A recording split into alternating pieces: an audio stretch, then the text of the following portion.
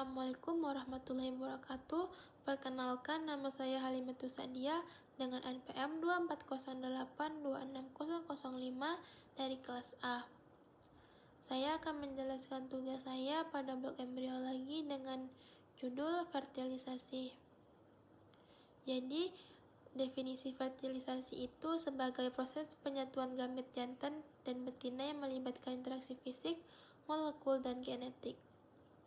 Proses ini menghasilkan zigot diploid yang membawa informasi genetik dari kedua orang tua.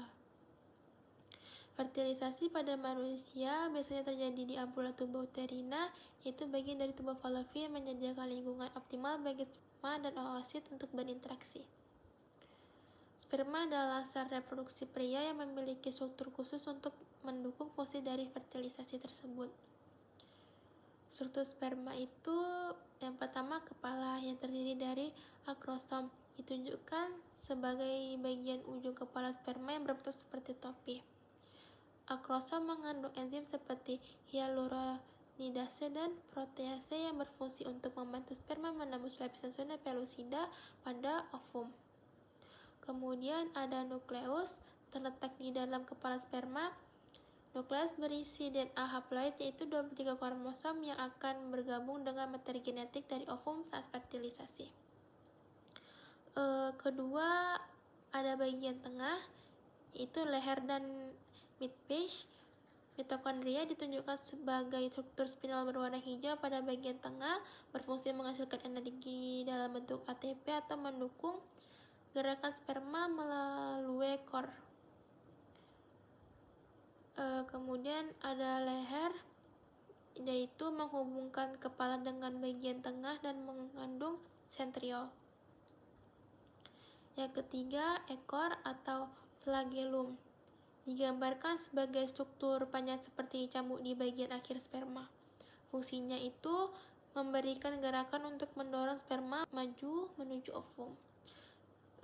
Gerakan ekor ini diatur oleh protein mikrotubulus yang menghasilkan gerakan cambuk yang cepat dan efisien.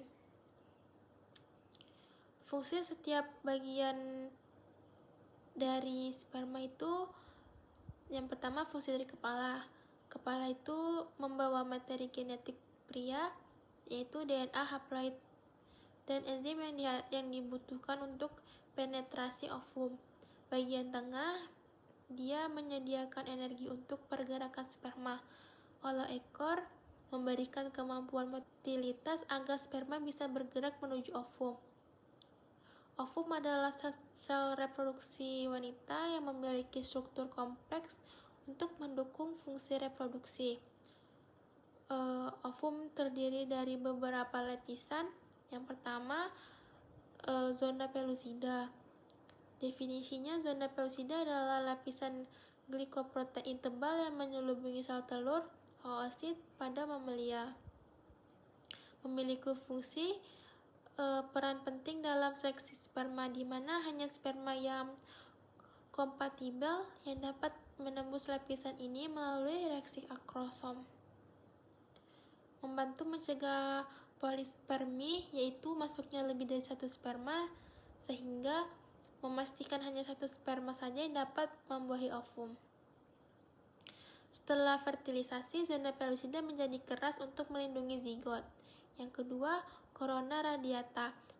Corona radiata adalah lapisan sel granulosa yang mengelilingi zona pellucida, berfungsi memberikan nutrisi dan dukungan struktural pada oosit selama perkembangan sebelum ovulasi.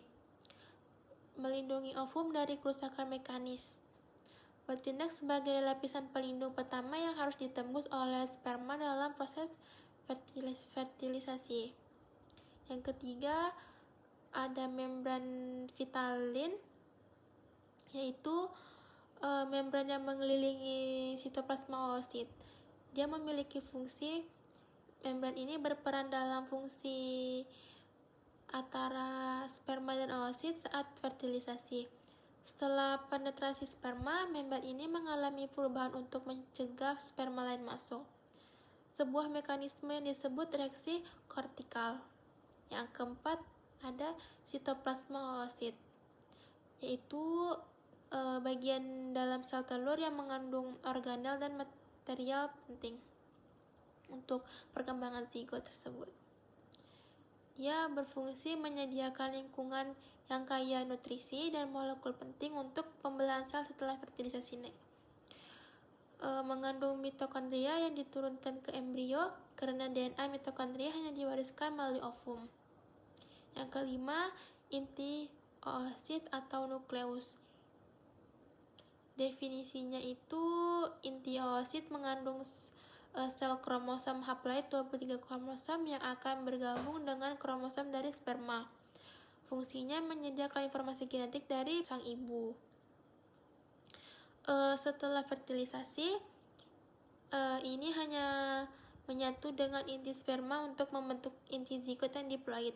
Fungsi keseluruhan ovum berperan penting dalam proses reproduksi karena memberikan setengah informasi genetik, yaitu 23 kromosom haploid, menyediakan lingkungan untuk membentuk zigot, memastikan hanya satu sperma yang berhasil membuahi melalui mekanisme zona pellucida dan reaksi kortikal. Yang keempat, mewariskan mitokondria ke embrio yang berperan dalam metabolisme energi. Jadi, fertilisasi ini juga memiliki fase-fase. Yang pertama, ada fase penetrasi corona radiata. Prosesnya dari jutaan sperma yang menuju lokasi fertilisasi di tubuh Fallopi, hanya beberapa ratus yang berhasil mencapai corona radiata, yaitu lapisan sel granulosa yang mengelilingi ovum. Sperma menggunakan enzim yang dilepaskan dari akrosom untuk melewati lapisan corona radiata. Fungsinya, sperma harus mampu menembus corona radiata agar dapat mencapai lapisan berikutnya, yaitu zona pellucida. Proses ini ditunjukkan pada gambar di bagian kiri atas dengan ilustrasi sperma mendekati corona radiata. Yang kedua, itu ada fase penetrasi zona pellucida. Prosesnya itu, zona pellucida itu adalah lapisan glikoprotein yang mengelilingi oosit.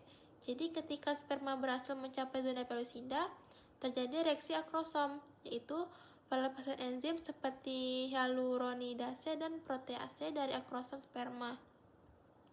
Enzim ini membantu sperma menembus zona pellucida, menciptakan jalur menuju membran sel oosit.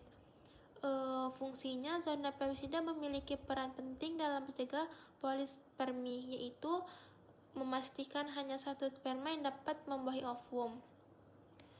Tahap ini ditunjukkan di tengah gambar dengan sperma yang telah melewati corona radiata yang sedang menembus zona pellucida. Yang ketiga, ada fase penyatuan membran sel oosit dan sperma. Sperma yang berhasil menembus zona pellucida akan berinteraksi dengan membran sel oosit. Terjadi fusi membran sperma dan oosit, memungkinkan inti sperma masuk ke dalam oosit.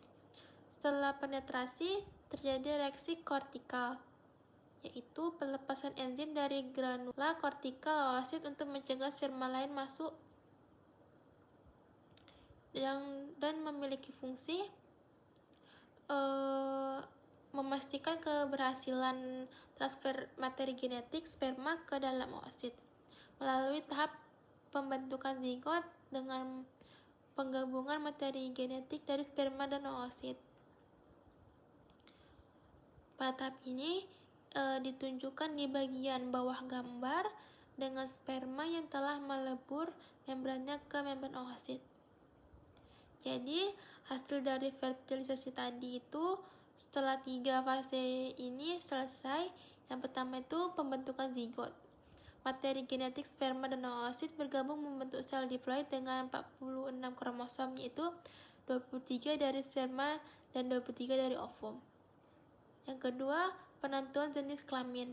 Zigot akan memiliki kombinasi kromosom seks XX wanita, kalau XY itu pria, tergantung pada kromosom yang dibawa oleh sperma. Hasil dari fertilisasi adalah pembentukan individu baru dalam bentuk zigot yang memiliki informasi genetik lengkap dari kedua orang tua. Proses ini juga menentukan jenis kelamin, melindungi zigot dari kerusakan, dan memulai perjalanan perkembangan embrio hingga akhirnya menjadi janin. Yang ketiga, inisiasi pembelahan. Tanpa fertilisasi, oosit biasanya mengalami degenerasi 24 jam sesuai ovulasi. Nah, jadi kesimpulannya, fertilisasi adalah proses biologis penting yang melibatkan penyatuan gamet jantan sperma dan gamet betina ovum untuk membentuk zigot yang diploid.